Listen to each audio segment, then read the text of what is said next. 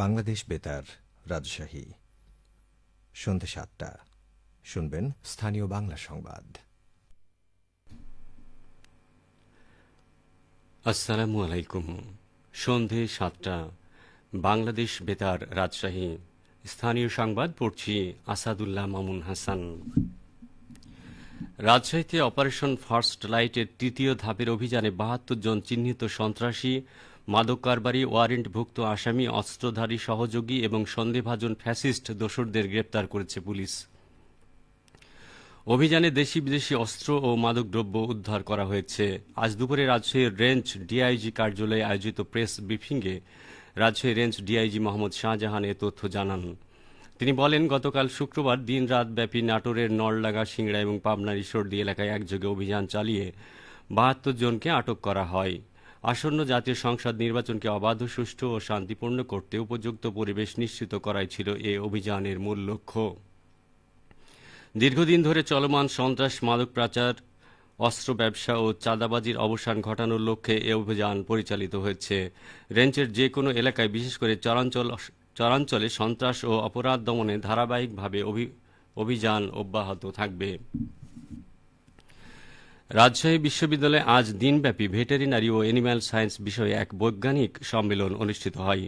এ সম্মেলনের মূল প্রতিপাদ্য ছিল innovation, application and future Trends and animal health and production. বিজ্ঞান ভবনে এই সম্মেলনের উদ্বোধনী অনুষ্ঠানে প্রধান অতিথি ছিলেন উপাচার্য প্রফেসর সালেহ হাসান নকিব এবং বিশেষ অতিথি ছিলেন Chittagong veterinary and animal science ইউনিভার্সিটির উপাচার্য প্রফেসর মোহাম্মদ লুৎফর রহমান, রাবি উপাচার্য প্রফেসর মোহাম্মদ মাইন উদ্দিন, উপাচার্য শিক্ষা প্রফেসর মোহাম্মদ ফরিদ উদ্দিন খান ও ভেটেরিনারি অ্যান্ড অ্যানিম্যাল সায়েন্স বিভাগের সভাপতি প্রফেসর মইজুর রহমান। উদ্বোধনী অনুষ্ঠানের পর ছটি একাডেমিক সেশনে ১৫০টি বৈজ্ঞানিক প্রবন্ধ উপস্থাপিত হয়। এই সম্মেলনে সংশ্লিষ্ট বিষয়ে প্রায় ২৫০ জন বৈজ্ঞানিক, গবেষক, শিক্ষক ও পেশাজীবী অংশ নেন। রাজশাহী নগরীর প্রবেশদ্বার তালাইমারি মোড়ে নির্মিত আরডিএ কমপ্লেক্স ভবনটি বাংলাদেশের ইতিহাস ও একটি পূর্ণাঙ্গ সংস্কৃতি চর্চা কেন্দ্র করার দাবিতে মানববন্ধন অনুষ্ঠিত হয়েছে। আজ সকালে নগরীর তালাইমারি মোড়ে নির্মিত আরডিএ কমপ্লেক্স ভবনের মূল ফটকের সামনে এ মানববন্ধন অনুষ্ঠিত হয়। মানববন্ধনে বক্তারা বলেন, বাংলাদেশের মুক্তিযুদ্ধ ও সংস্কৃতি চর্চার কেন্দ্র হিসেবে ভবনটি নির্মিত করা হলেও এটি এখন সেই উদ্দেশ্যে ব্যবহার করা হচ্ছে না। রাজশাহী উন্নয়ন কর্তৃপক্ষ একটি জনবিরোধী সিদ্ধান্তের মাধ্যমে এটিকে লিজ দেয়, যা অত্যন্ত নিন্দনীয় কাজ। মানববন্ধনে বক্তারা অবিলম্বে আরডিএ কমপ্লেক্স ভবনের জনবিরোধী এই লিজ বাতিল করার দাবি জানান এবং এর নাম পরিবর্তন করে বাংলাদেশের ইতিহাস ও সংস্কৃতি চর্চা কেন্দ্র করার দাবিসহ এই ভবনটিকে বাংলাদেশের ইতিহাস ও একটি পূর্ণাঙ্গ সাংস্কৃতিক কেন্দ্র হিসেবে গড়ে তোলার জোর দাবি জানান। বরেন্দ্র ইয়ুথ ফোরামের যুগ্ম সাধারণ সম্পাদক মোহাম্মদ আতিকুর রহমানের সঞ্চালনায় সভাপতিত্ব করেন বাংলাদেশের ইতিহাস ও সংস্কৃতি চর্চা কেন্দ্র প্রতিষ্ঠা আন্দোলনের আহ্বায়ক, লেখক ও গবেষক মাহবুব সিদ্দিকী।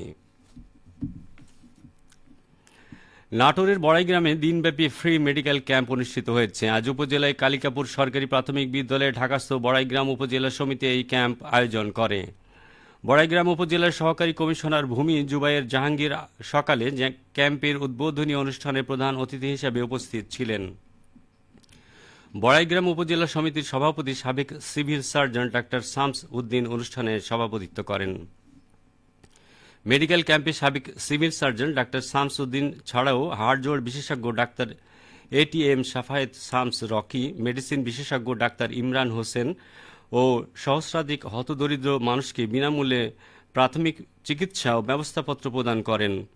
এছাড়া স্কুলের শিক্ষার্থীসহ বিভিন্ন পর্যায়ের লোকজনের রক্তের গ্রুপ নির্ণয় করা হয়। খেলার খবর, ফুটবল। এসো দেশ বদলায়, পৃথিবী বদলায়, এই প্রতিপাদ্য বিষয়ে আজ থেকে নাটোরে আন্তঃ কলেজ ফুটবল প্রতিযোগিতা শুরু হয়েছে। আজ সকালে নাটোরের উপজেলায় মিনি স্টেডিয়ামে প্রতিযোগিতার উদ্বোধন করেন জেলা প্রশাসক আসমা শাহিন।